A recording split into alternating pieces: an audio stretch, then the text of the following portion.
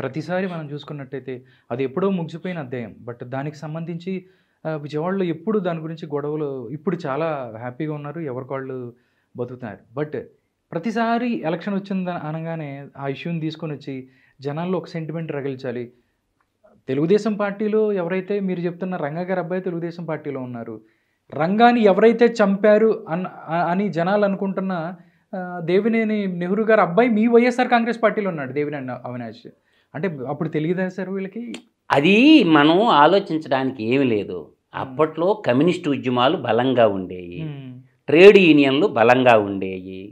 అక్కడ 2 ట్రేడ్ యూనియన్ల మధ్య జరిగినటువంటి సంఘర్షణ. ఆ సంఘర్షణలో ట్రేడ్ యూనియన్లు ఏ కులాలైనా ఉంటాయి. అప్పుడు ఆ రోజుల్లో ఈ స్టూడెంట్ యూనియన్లు కానీ ఇవన్నీ ఉండి 2 యూనియన్ల మధ్య జరిగిన సంఘర్షణ. ఈ యూనియన్లు ఏంటంటే కొన్ని యూనియన్లు కొన్ని రాజకీయ పార్టీలకి కాపు కాస్తాయి, కొన్ని యూనియన్లు కొన్ని రాజకీయ పార్టీలకు కాపు కాస్తాయి. ఈ పరంపర ఏంటంటే ఆ రోజు కమ్యూనిస్టు ఉద్యమాల్లో ఉన్నటువంటి తలసాని వెంకటరత్నం నుంచి స్టార్ట్ అయినటువంటి కమ్యూనిస్ట్ పార్టీ ఆఫ్ ఇండియాలో స్టార్ట్ అయిన సంఘర్షణ కాంగ్రెస్ పార్టీకి చుట్టుకున్నది. ఈ 2 వర్గాల మీద సంఘర్షణ జరుగుతున్నప్పుడు అక్కడ ఉన్నటువంటి సిరీస్ కంపెనీ, దీంట్లో సిరీస్ కంపెనీ రాజుగారు అప్పట్లో కాంగ్రెస్లో ఉండేవాళ్ళు, సిరీస్ ఇండియా లిమిటెడ్. ఎవరికి చెప్తాడు ఈ కాకమ్మ కబుర్లో? అందువల్ల ఏంటంటే అప్పుడు కాంగ్రెస్ బలమైన పార్టీగా ఉన్నది, ఇంకోవైపు కమ్యూనిస్టులు బలంగా ఉన్నారు. అప్పటికప్పుడికే ఎన్టీ రామారావు కొత్తగా పాంతీ పార్టీ స్టార్ట్ చేసి తెలుగుదేశం పార్టీకి రంగంలోకి ఉన్నది. ఆ తెలుగుదేశం పార్టీ రంగంలోకి వచ్చినప్పుడు కమ్యూనిస్టు పార్టీలో ఒక భాగమైనటువంటి 1925లో కమ్యూనిస్ట్ పార్టీ ఆఫ్ ఇండియా పుట్టి 1967లో 2 వర్గాలకు విడిపోయింది. ఒకటి సిపిఎంగా, సిపిఎంగా విడిపోవటం జరిగింది. విడిపోయినప్పుడు ఎన్టీ రామారావు గారు తెలుగు ప్రజల ఆత్మగౌరవ నినాదంతో 1982-83 దశకంలో తెలుగుదేశం పార్టీ నిర్మాణం చేయడం జరిగింది. ఆ జరిగినప్పుడు ఈ కమ్యూనిస్ట్ పార్టీ ఆఫ్ ఇండియాలో 2వ భాగమైన సిపిఎంలో ఉన్నటువంటి చాలామంది కూడా ఏం చేశారంటే ఆడ కూడా ఏంటంటే కుల సంఘర్షణ ఉండేది. సిపిఐలో మొత్తం రెడ్లు పెత్తనం ఉండేది, సిపిఎంలో కమ్మోళ్ళ పెత్తనం అధికంగా ఉండేది. అందువల్ల ఏంటంటే సిపిఎం ఏం చేసిందంటే సిపిఎంలో ఎన్టీ రామారావు ఎప్పుడైతే పార్టీ పెట్టడం జరిగిందో అప్పుడు సిపిఎంలో ఉన్నటువంటి చాలామంది కమ్యూనిస్టులు ఎన్టీ రామారావు దగ్గరకు పోయి తెలుగుదేశం పార్టీలో జాయిన్ అవ్వడం జరిగింది. ఎందుకంటే స్వర్గీయ ఎన్టీ రామారావు గారు పెద్ద ఆయన ఏమన్నాడంటే నక్సలైట్లు కూడా దేశభక్తులే అన్నాడు. అందుచేత చాలామంది నక్సలిజంలో ఉన్నటువంటి వాళ్ళు, కమ్యూనిస్ట్ పార్టీలో ఉన్నటువంటి వాళ్ళు, చదువుకున్నటువంటి డాక్టర్లు, చదువుకున్నటువంటి లాయర్లు, అప్పుడప్పుడే యూనివర్సిటీ విశ్వవిద్యాలయాల నుంచి బయటకు వచ్చి పోస్ట్ గ్రాడ్యుయేట్ చదువుకున్నటువంటి ఉన్నత విద్యార్థులందరూ ఎన్టీ రామారావు వైపు పోలరైజేషన్ అవడం వల్ల తెలుగుదేశం పార్టీ తెలుగు ప్రజల ఆత్మగౌరవ నినాదంతో ₹2 కిలో బియ్యంతో తర్వాత శాశ్వత అప్పుడు దాకా తాటాకు గుడిసెలు ఉన్నటువంటి ప్రాంతంలో గృహ నిర్మాణం పెట్టాడు, శాశ్వత గృహ నిర్మాణ స్కీము. తర్వాత జనతా వస్త్రాలు ఒక స్కీమ్ పెట్టిండు. ఆ తర్వాత పెద్ద ఆయన 50%కి హార్స్ పవర్ విద్యుత్ పెట్టాడు. తర్వాత ₹2 కిలో బియ్యం పథకం పెట్టాడు. ఇట్లా చెప్పుకుంటా పోతే చాంతాడంత లిస్ట్ ఉంది. ఎన్టీ రామారావు సంక్షేమ ఫలాల సారథి వారధైనటువంటి మన ఎన్టీ రామారావు గారు పెట్టినటువంటి సంక్షేమ పథకాల దృష్ట్యా పేద ప్రజలందరూ పోలరైజేషన్ అయ్యి ఆయన వస్తే అప్పుడు ఏం చేశారంటే ఆ ఎన్టీ రామారావు ప్రభుత్వం ఉన్నప్పుడు రంగా గారు ప్రతిపక్ష నాయకుడిగా ఉన్నారు. రంగా గారు ప్రతిపక్ష నాయకుడిగా ఉన్నప్పుడు ఆ రోజు జరిగినటువంటి సంఘటన, అతను నిరాహార దీక్షలు కూర్చొని ఉంటే అసలు అప్పటిదాకా బాంబుల సంస్కృతి లేనే లేదు విజయవాడలో. ఎక్కడి నుంచి వచ్చినాయి ఆ బాంబులు? ఎవరు సప్లై చేశారు? బాంబుల సంస్కృతి ఎక్కడిది? బాంబుల సంస్కృతి ఎక్కడిది? రాయలసీమది. అంటే మొట్టమొదటిసారిగా విజయవాడలో బాంబులు పేలిని అంటే అర్థమైంది, దీని వెనక మాస్టర్ బ్రెయిన్, మాస్టర్ ప్లాను ఎవడో ఉన్నాడని అర్థం అవుతుందిగా. దాన్ని నిగ్గిదేల్చాల్సి వాళ్ళు ఎవరు? పోలీస్ డిపార్ట్మెంట్ నిగ్గిదేల్చాలా, ఏజెన్సీ సంస్థలు, ఏజెన్సీ సంస్థ. నువ్వు ఎందుకు ఇప్పుడు మాట్లాడుతుండవు? నువ్వేమన్నా కాపు ప్రతినిధివా? నువ్వే కమ్మోడివే కదా, నువ్వేం కాపు కుల ప్రతినిధివి కాదు కదా. ఇప్పుడు పెద్దోళ్ళు ఉండరు కాపు ప్రతినిధులు. దాసర్ రాము గారు అని ఒక ఆయన పెద్ద ఆయన ఉన్నాడు, ఆర్ఎస్ఎస్లో పనిచేస్తుంటాడు, బీజేపీలో ఆర్ఎస్ఎస్లో ఉంటాడు.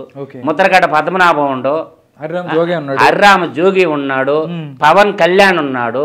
నువ్వు కాపు సంఘానికి ప్రతినిధివేం కాదుగా. దేనికి మాట్లాడుతున్నావు నువ్వు? కాపులకే నీకేమన్నా రాసిచ్చిర్రా నువ్వు మాట్లాడవయ్యా అనే నిరభ్యంతర పత్రం ఏమన్నా? నువ్వు మాట్లాడితే ఏదన్నా ఉంటే కమ్మోళ్ళది మాట్లాడు. ఇప్పటికే మొత్తం పొరుగు బాగొట్టుకున్నావు. అందువల్ల ఏంటంటే నేను అంటున్నది అంటే ఈ రాజకీయం అనేది ఎప్పటి నుంచో కులాల వైషమ్యాలు, వర్గ వైషమ్యాలు ఈరోజు తన్నుకోవటానికి ఎవరు సిద్ధంగా లేరు రాధాకృష్ణ గారు. అందరు మంచిగా చదువుకుంటున్నారు, విదేశాల వైపు, ఉద్యోగాల వైపు, సామరస్యం వైపు, అన్ని కులాల్లో ఈరోజు పిల్ల జిక్కితే సాలరా నాయన, ఆడపిల్లలు జిక్కక పిల్ల జిక్కితే సాలరా నాయన, ఏ కులమైనా పర్వాలేదని అన్ని కులాల వాళ్ళు చేసుకుంటారు. అందులో ఒకప్పుడు మా తాత వాళ్ళ కాలంలో చెప్తుండారు, అమ్మాయి చిక్కాలంటే 7 జతలు చెప్పులు అరిగిపోతే కానీ అమ్మాయి చిక్కేది లేదంట. అప్పట్లో దాన్ని ఏమంటారంటే ఓలి అనేవాళ్ళు అనమాట. ఆడపిల్లకి ఇచ్చే కట్నాన్ని ఆ రోజుల్లో ఓలి అనేవాళ్ళు. ఓలి తక్కువని గుడ్డిదాన్ని చేసుకుంటే కొండలన్నీ పగలు కొట్టిందంట సామెత ఉండేది. అంటే అప్పట్లో ఆడపిల్లలకి ఎదురు కట్నంగా ఇచ్చేదాన్ని ఓలి అనేవాళ్ళు. ఏంటంటే అప్పట్లో ఓలి ఇచ్చేయడానికి కూడా డబ్బులు లేకపోతే తక్కువ ఉన్నాయని చెప్పి గుడ్డమ్మాయిని చేసుకుంటే ఇంట్లో అప్పుడు ఈ సిల్వర్ స్టీల్ అవి లేవు కదా, కింద పడిన మట్టి కొండలు ఉండే కదా. అప్పుడు పెద్ద పెద్ద బాణలు ఉండే, కింద దిగుడు బాయిల్లో మెట్లు బాయిల్లో పెట్టి పెద్ద పెద్ద బాణలతో నీళ్లు తెచ్చేవాళ్ళు అనమాట. ఆ కొండలతోనే మట్టి కొండలతోనే వాడుకునేవాళ్ళు, మట్టి కొండల్లోనే అన్నం వండుకునేవాళ్ళు. ఆ రోజుల్లో మా తాతయ్య చెప్తుంటే నేను వినేవాడిని, అది ఓలు తక్కువ అని గుడ్డిదాన్ని చేసుకుంటే కొండలన్నీ పగలు కొట్టిందని. అట్లాగే ఈరోజు ఆడపిల్లలకి ఎదురు కట్లాలు ఇచ్చి ఆడపిల్లల్ని ఇళ్ళకి తీసుకోవాల్సి ఉన్నటువంటి పరిస్థితిలో ఉన్నప్పుడు అవనిలో సగం ఉన్నటువంటి జనాభాలో, అవని అంటే ఈ భూమండలం మీద సగం ఉన్నటువంటి ఆడోళ్ళు ఈరోజు వాళ్ళు కూడా ఏంటంటే వంటింటికి పరిమితం కాల. వాళ్ళు ఏం చేస్తున్నారంటే కింద అడవి నుంచి మొదలు పెట్టుకొని అంతరిక్షం దాకా, అడవి నుంచి మొదలు పెట్టుకొని అంతరిక్షం దాకా అన్నిట్లో మాకు సగభాగం కావాలంటారు. సైన్యంలో మాకు సగభాగం కావాలంటున్నారు. ఓకేనా? తర్వాత ఉద్యోగాల్లో మా సగం మాకు కావాలంటున్నారు.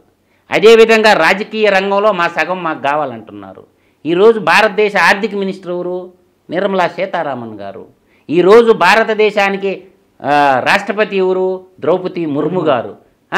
ఈరోజు తెలంగాణ గవర్నర్ ఎవరు? డాక్టర్ గారు తమిళ్ సాయి గారు. అంటే చూడండి, అన్ని రంగాల్లో ఆడవాళ్ళు అబలలు కాదు, మేము అంతరిక్షంలో కూడా పరిశోధనలు చేయగలము, మీరేనేంద్ర పుడింగ్లో మాకు కూడా తెలుసు అని చెప్పి ఇలా కంప్యూటర్ నోడ్ ఇచ్చినాము. ఎవరు? మ్యాథమెటిక్స్లో శకుంతలాదేవి. తర్వాత పరుగుల రాణి ఎవరు? ఉషారాణి, పిటి ఉషా. ఇవాళ మన తెలుగు అమ్మాయి ఇవాళ టెన్నిస్ రంగంలో కానీ బ్యాడ్మింటన్ మన సింధు. తర్వాత మనకి చెస్ రంగంలో తీసుకోండి కోనేరు హంపి. ఇలా చెప్పుకుంటా పోతే చాంతాడంత లిస్ట్ ఉంది. స్వతంత్రోద్యమంలో పాల్గొన్న దుర్గాబాయి దేశ్ముఖ్ గారు, ఆమె స్వతంత్రోద్యమంలో పాల్గొనలేదా? తర్వాత మన రామాయణ ఇతిహాసాన్ని తెలుగులోకి అనువదించినటువంటి తొలి తెలుగు కవయిత్రి ఎవరు? మొల్ల. కడప జిల్లాలోనే పుట్టింది కవయిత్రి మొల్ల, బెట్టివేలు దగ్గర. అర్థమైందా? తర్వాత తాళపాక తిమ్మక్క, వెంకటేశ్వర స్వామి భక్తి గేయాలు రాసినటువంటి అన్నమాయాచార్య సంకీర్తనాలు ఒల్లివేసిన తాళపాటి తిమ్మక్క. ఇట్లా మనం చూసుకుంటూ చూడండి, ఈ విధంగా చెప్పుకుంటూ పోతే ధీరత్వానికి చూసుకున్నాం అనుకో, రాటు బ్రిటిష్ వాళ్ళని ఎదిరించినటువంటి ఝాన్సీ కా రాణి లక్ష్మీబాయి. అర్థమవుతుందా నేను చెప్పేదా? మన తెలుగు యువరాణి, కాకతీయ సామ్రాజ్యానికి మకుటం లేనటువంటి మహారాణి మన రుద్రమదేవి.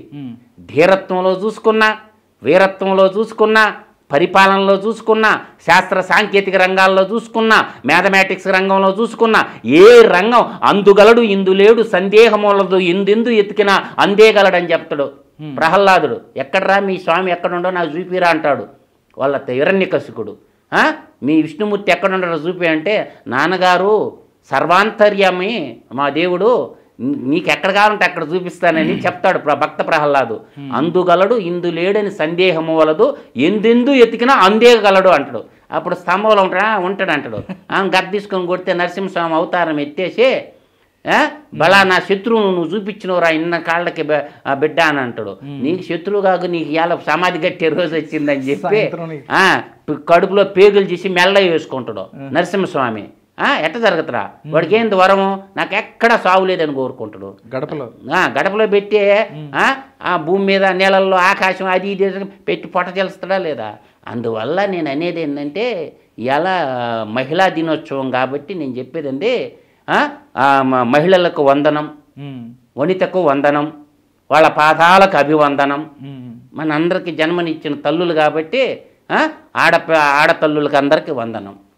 అందువల్ల ఏంటంటే సమాజంలో అన్ని రంగాల్లో అభివృద్ధి చదువుకుంటుంటే కోరత్వం వైపు కురుక్షేత్రం వైపు అడుగులు వేస్తున్నాడు. అందుకే మీకు అర్థం కాల సిద్ధమైన బోర్డు ఎందుకు పెట్టిండా, సిద్ధమైన బోర్డు ఎందుకు పెట్టిండా, మనుషుల్ని తిట్టమని ఎందుకు చెప్తుండా? జగన్మోహన్ రెడ్డి పిచ్చినా కొడుకు కాదు. తిట్టితే ఇప్పుడు మన ఇద్దరం తిట్టుకున్నాం అనుకో రాధాకృష్ణ గారు, ఇద్దరి మధ్య వైషమ్యాలు ఏర్పడి 2 వర్గాలుగా విడిపోతారు. అందుకు ఎమ్మెల్యేలు ఎంపీలు తిట్టండి రా చంద్రబాబు నాయుడిని, లోకేష్ని, పవన్ కళ్యాణ్ని అంటుండేది. అతనేం పిచ్చోడు కాదు జగన్మోహన్ రెడ్డి. ఎదుటి వ్యక్తిని తిడితే ఇప్పుడు ఒక పారంబోక్ ఛానల్ ఉంది హైదరాబాద్లో, ఆ పారంబోక్ ఛానల్లో రోజు వాళ్ళ ప్రతినిధులు ఎవరో ఒకరు వచ్చి తిడతా ఉంటారు. సిగ్గు లేకుండా కొంతమంది మెంటర్లు కూర్చొని ఉంటారు ఆడ. అర్థమైందా? నేను చెప్పాల ఛానల్ పేరు మీకు, అది బూత్ ఛానల్ అని పెట్టుకుంటే బాగుండు. ఆ ఛానల్లో రోజు డిబేట్లు బూత్లే ఉంటాయి, ఇంకేమి ఏం సబ్జెక్ట్ ఉండదు. వాళ్ళు యువజన శ్రామిక రైతు పార్టీ ప్రతినిధులు రోజు తిడతానే ఉంటారు దాంట్లో. అంటే పక్కన వాళ్ళని రెచ్చగొట్టడం, ఆ రెచ్చగొట్టడం వల్ల ఏమవుతుంది? మనుషులు 2 వర్గాలుగా ఇడిపోతారు. అది కోరుకుంటున్న జగన్మోహన్ రెడ్డి. 2 వర్గాలుగా ఇడిపోతే మన ఓట్లు మనకు పడతాయి. మనుషుల్ని ఐకమత్యమే మహాబలం, ఐకమత్యమే మహాబలం అంటారు పెద్దోళ్ళు. ఐకమత్యమే మహాబలం. ఐక్యంగా ఉంటేంది ఉండకూడదు, మనుషులు కలిసి ఉండకూడదు, మనసులు కలిసి ఉండకూడదు. ఆయనలాగా అందరిని వదిలేయాల. మన జగన్మోహన్ రెడ్డి తల్లిని వదిలేసిండు, చెల్లెళ్ళని వదిలేసిండు, కుటుంబాన్ని వదిలేసిండు, అందరిని వదిలేసిండు కదా. ఆయనలాగా అందరిని వదిలేయాల, కలిసి ఉండకూడదు. కలిసి ఉంటే కలద సుఖము ఉండదు. జగన్మోహన్ రెడ్డి పనికిరాదు. కలిసి ఉంటే కలద సుఖం. విడిగా పోండి కొట్టుకోండి, ఇడిపోండి కొట్టుకోండి, ఇడిపోండి కొట్టుకోండి. ఇది మళ్ళీ ఆయన చెప్తుంటే ఇంకోటి కూడా చెప్తుంటా, పేదలకి పెత్తందారులకి యుద్ధం యుద్ధం క్లాస్ వార్. ఆయనకి క్లాస్ వర్గపోరు తెలుగులో చెప్పు. మాంద్రుడు పోయి ఏల బుట్టితో నాయన పరభాషపై వ్యామోహం ఎట్లు అన్నాడు. అంటే ముఖ్యమంత్రి గారు చెప్పింది చెప్పాను సార్. క్లాస్ వార్ అనుకుంటారు ఆయన. క్లాస్ వారా? వర్గపోరే అంటే వాడిని కోరుకుంటుండు. 2 వర్గాలుగా ఇడిపోండ్రా. బైబిల్ బుక్ వాళ్ళు ఒక పక్కకి, భగవద్గీత వాళ్ళు ఒక పక్కకి, బైబిల్ బుక్ ఒక పక్కకి, ఖురాన్ ఒక పక్కకి, బైబిల్ బుక్ ఒక పక్కకి, తర్వాత సిక్కులుంటే ప్రబంధం ఒక పక్కటి, బైబిల్ బుక్ ఒక పక్క, బుద్ధులుగా ఎవరు వాళ్ళు ఇడిపోండ్రా అంటుండో. ఇడిపోవటం కాదు, మంచి ఎక్కడున్నా స్వీకరించుకోవాలా, కలిసి మెలిసి బ్రతకాల. సమాజంలో అన్ని వర్గాలు, అన్ని కులాలు, అన్ని మతాలు మత సామరస్యంతో అందరు కలిసి ఉంటే, పిడికిలు బిగిస్తేనే బలం. ఇడిపోయితే ఏళ్తే ఏముండదు, లప్పమే అంతా. ఇప్పుడైనా పిడికిలు బిగిస్తేనే బలంగా ఉంటుంది. గుద్దితే ఇటుక రాయి పగిలిపోతే, పెద్ద పెద్ద రాళ్ళు పగిలిపోతే, ఏళ్ళతో కన్ను కూడా పడవలేదు. అంటే ఏళ్ళు ఇడిపోతే ఏమవుద్ది? టింగు అంటది, బెనికిపోద్ది, నొప్పి వేసి ఒక 1 వారం రోజులు ఆయుర్వేదం కట్టేసుకోవాల్సి వస్తుంది. అందువల్ల నేను అంటుండేదండి, యునైటెడ్గా ఉండటం. కుటుంబమైనా కావచ్చు, అన్నదమ్ములు కానీ, అక్క చెల్లెలు కానీ, చిన్న చిన్న భేదాభిప్రాయాలు, భిన్నాభిప్రాయాలు ఉన్నా కూడా పొద్దు యునైటెడ్గా ఉండాలి. ఇప్పుడు వాడు బాధ ఏంటంటే, నాయుడు బ్రదర్స్ వీఆర్ యునైటెడ్ అనే కాన్సెప్ట్ వచ్చింది. ఏంటి నాయుడు బ్రదర్స్ వీఆర్ యునైటెడ్ అంటారు.